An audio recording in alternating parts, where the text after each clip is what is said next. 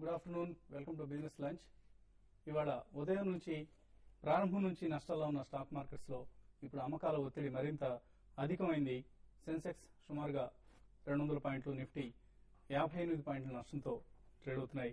So Sensex 17,900 దగ్గరకు వచ్చేసింది. అలాగే నిఫ్టీ కూడా 5336, 5350 ఒక సపోర్ట్ అనుకున్నాం, 5350 కూడా దాటి దిగువన ట్రేడ్ అవుతోంది. సో నిఫ్టీ సెన్సెక్స్ లో ఒకటొకటిగా కీలకమైన మద్దతు స్థాయిలను దాటుకుంటూ కిందికి ప్రయాణిస్తున్నాయి. సో రేపే మే సిరీస్ ఎక్స్పైరీ డే. ప్రధానంగా ఇవాళ ట్రెండ్ గమనిస్తే reality, technology, telecom, capital goods ఈ సెక్టర్స్ లో అమ్మకాల ఒత్తిడి అధికంగా ఉంది. హెవీ వెయిట్స్ లో DLF, BPCL, Reliance capital, Tata power, IDFC, TCS, Bajaj auto, Reliance communications, SAIL ఇటువంటి స్టాక్స్ అన్ని కూడా 2% కంటే ఎక్కువ నష్టాల్లో ట్రేడ్ అవుతున్నాయి.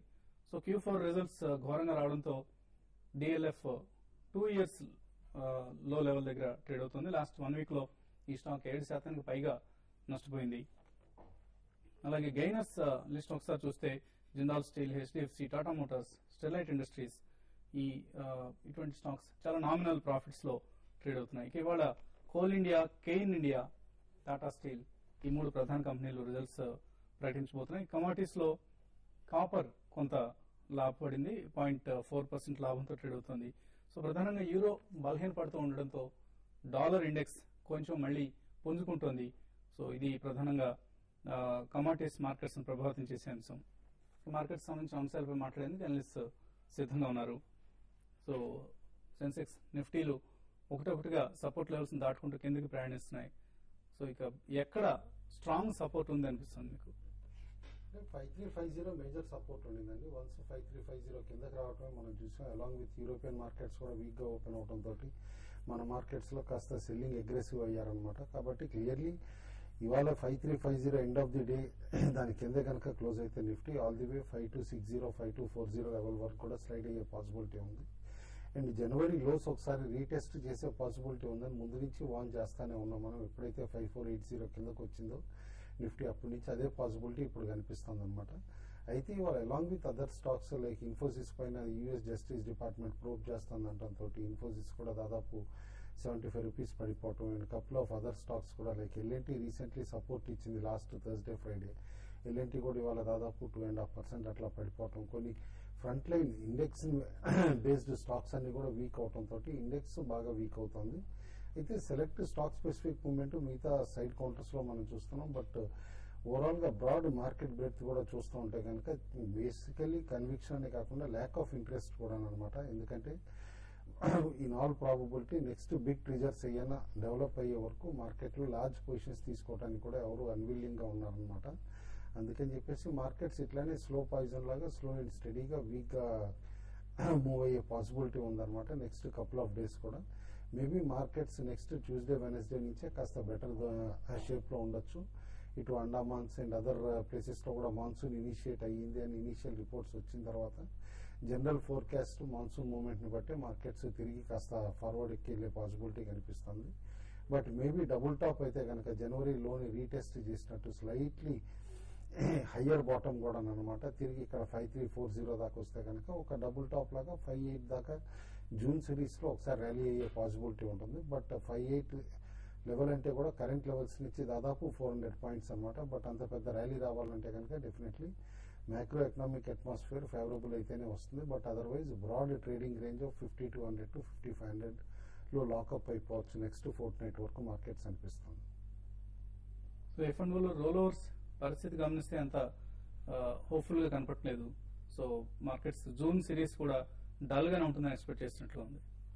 రోల్ ఓవర్స్ ప్రధానంగా తగ్గడానికి ప్రధాన కారణం ఏంటంటే కంప్లీట్ గా గ్లోబల్ ఎన్విరాన్మెంట్ అనేది బాగా నెగిటివ్ ఉంది. మరి దానికన్నా మరీ ముఖ్యంగా మన ఇండియన్ ఇంటర్నల్స్ అనేది మన మార్కెట్ లో చాలా వీక్ ఉన్నాయి. చాలా వరకు ఈ సిరీస్ అంతా కూడా బాగా పెరుగుతున్న హోప్స్ తో వచ్చిన ఇన్వెస్ట్ చేసి లాంగ్ పొజిషన్ తీసుకున్న F&O లాంగ్ పొజిషన్ తీసుకున్న వాళ్ళందరూ కూడా ఈ రోజు చాలా లాస్ లో ఉన్నారు. దానివల్ల ఏంటంటే లిక్విడిటీ ప్రాబ్లం అనేది లోకల్ గా లిక్విడిటీ ప్రాబ్లం కూడా ఏర్పడింది. దానివల్ల ఏంటంటే రోల్ ఓవర్స్ అనేది చాలా తగ్గిపోయినాయి. తగ్గిపోయినాయి కూడా నేను అనుకోవడం నెక్స్ట్ సిరీస్ కొంచెం కంపేర్ టు మేతో కంపేర్ చేసుకుంటే నెక్స్ట్ సిరీస్ చాలా వరకు బెటర్ గానే ఉండడానికి అవకాశం ఉంది. దానికి ప్రధాన కారణంగా ఒకటి మార్కెట్ ఓవర్సోల్డ్ పొజిషన్ ఒకటి అని చెప్పొచ్చు. ఇంకోటి కొంత ఈ లెవెల్లో ఈ విధంగా నిఫ్టీ ఈ విధంగా పడుతున్న కొద్ది కొంచెం కొన్ని స్టాక్స్ అయితే వాల్యుయేషన్ లో కొంచెం అట్రాక్టివ్ గా రావడానికి అవకాశం ఉంది. అదొక రీజన్ చెప్పొచ్చు. ఇంకోటి మామూలు జనరల్ గా జూన్ అంతా కూడా ఎక్కువ మెడ్ డిపార్ట్మెంట్ ప్రెడిక్షన్స్ తో మార్కెట్స్ మనకి మూవ్ అవుతుంటుంది. దానివల్ల ఏంటంటే ఒకవేళ జూన్ లో అనుకున్నట్టుగా జూన్ ఫస్ట్ వీక్ కి మాన్సూన్ కానీ కేరళ కానీ వచ్చిందంటే డెఫినెట్ గా మార్కెట్ కొంత పాజిటివ్ తీసుకుంటుంది. ఈ విధంగా కొన్ని హోప్స్ ఉన్నాయి కాబట్టి నేను కూడా June series at least current levels నుంచి నిఫ్టీ ఒక 5,500 ఆ లెవెల్ కు రావడానికి అవకాశం ఉంది.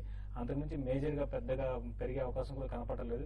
ఏదైనా కూడా ఏంటంటే రేంజ్ బోన్ అనేది ఎక్కువ మార్కెట్ లో కొనసాగే అవకాశం ఉంది. అయితే రేంజ్ అనేది ఇంతకు ముందు చూస్తే ఒక 100-150 పాయింట్స్ రేంజ్ ఉన్నది. ఇప్పుడు చాలా హ్యూజ్ రేంజ్ గా చెప్పొచ్చు. డౌన్ సైడ్ చూసుకుంటే 5,200, అప్ సైడ్ చూసుకుంటే 5,500 అండ్ 5,600 అని చెప్పొచ్చు. ఈ విధంగా 300-400 పాయింట్స్ రేంజ్ లో నిఫ్టీ కొనసాగే అవకాశం ఎక్కువ. సో కమాడిటీస్ లో క్రూడ్ స్టేబుల్ గా ఉంది. సిల్వర్ నిన్న మీరు చెప్పినట్లుగానే కొంత అప్వర్డ్ ట్రెండ్ లో ఉంది. సో ఆల్మోస్ట్ 1,000 రూపీస్ ఇవాళ కూడా లాభపడటం గమనిస్తున్నాం. గోల్డ్ కూడా స్లైట్లీ పాజిటివ్ బయాస్ ట్రేడ్ అవుతుంది. సో ఇదే ట్రెండ్ కొనసాగుతుంది అనుకుంటున్నారు. గోల్డ్ అండ్ సిల్వర్ గా మనం ట్రెండ్ గా చూసుకున్నట్లయితే ఓవరాల్ గా ఫర్దర్ గా బయింగ్ సైడ్ ఉండే అవకాశం ఉంది. అయితే మనం ఎందుకుంటే 54,600 బ్రేక్ అయినప్పటి నుంచి మనం చెప్పుకున్నాం 56,800 వరకు వచ్చే అవకాశం ఉందని. సో ఈ రోజు 56,000 టచ్ అయింది. ఒక 800 రేంజ్ లో ఒక రెసిస్టెన్స్ వచ్చే అవకాశం ఉంది కాబట్టి కొంచెం కాషియస్ గా ట్రేడ్ చేసుకోవచ్చు. ఇక క్రూడ్ ఆయిల్ విషయానికి వస్తే కనుక ఇంటర్నేషనల్ గా $100 దాటితే కనుక ఫర్దర్ గా బులిష్ వచ్చే అవకాశం ఉంది. ఈ మన మార్కెట్ లో కనుక చూసుకున్నట్లయితే 4435 to 50 రేంజ్ లో బయింగ్ కి అనుకూలంగా ఉంది. అండ్ 4550 రేంజ్ లో కొంత రెసిస్టెన్స్ వస్తుంది కాబట్టి ఇంట్రాడే ట్రేడర్స్ ఈ రేంజ్ లో ట్రేడ్ చేసుకోవచ్చు. ఇక బేస్ మెటల్స్ విషయానికి వస్తే కనుక ఆల్మోస్ట్ ఆల్ బేస్ మెటల్స్ కూడా పాజిటివ్ గా ట్రేడ్ అవుతున్నాయి.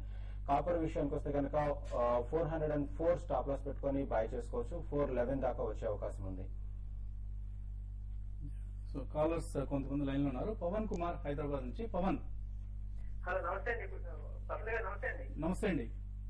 కుటుంబ గారు నమస్కారం అండి. నమస్కారం. నెట్కో 65 లో బై చేశానండి. నెట్కో హోల్డింగ్స్ ఉన్నాయండి. అట్లాగే బ్లూ స్టార్ వచ్చి 380 లో హోల్డింగ్స్ ఉన్నాయండి. బ్లూ స్టార్ వచ్చి వాల్యూమ్స్ హైలో అవుతున్నాయి, స్టాక్ ఏమో హ్యామర్ అవుతుంది.